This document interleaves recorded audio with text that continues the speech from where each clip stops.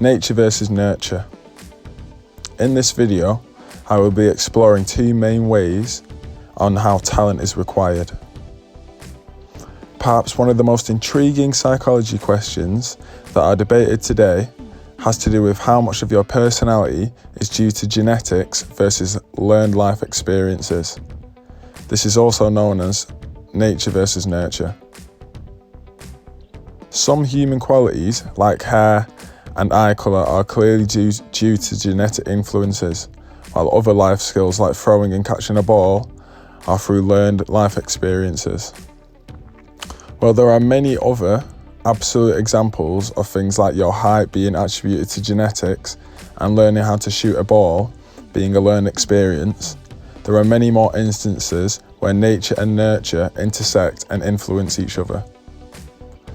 Howe et al. 1998 suggests that it is widely assumed that the innate talent that makes it possible for an individual to excel can be detected in early childhood. However, a child's athletic ability is influenced by a number of factors, such as environmental, physiological, psychological, and socio-cultural variables, and many others.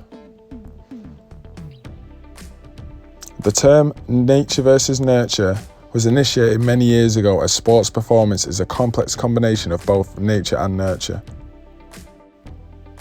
Nature refers to the genetic and physiological factors that influence an athlete's performance, such as their body type, muscle structure, and natural athleticism, whereas nurture refers to the environmental and psychological factors that influence an athlete's performance, such as their training, diet, and mental attitude. Both nature and nurture play a crucial role in an athlete's success, and it is impossible to separate the two. The nurture perspective is performers become highly successful as a result of environmental factors such as intense training, stated Ericsson, 1993. The process of nurture is all about the environment. Within environment, there are many factors around you that have influences on an athletic development. David Epstein, 2014, the author of the New York Times, states, 10,000 hours is both necessary and sufficient to make anyone an expert in anything. This suggests that by making time to practice the skills necessary for improvement, an athlete can become very good at their sport of choice.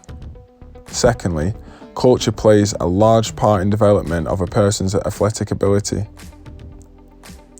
Many countries around the world specialise in specific sports.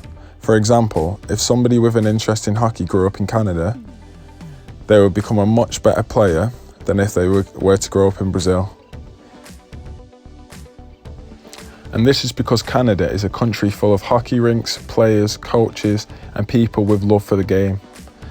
As a result of culture, there would be a greater opportunity to excel.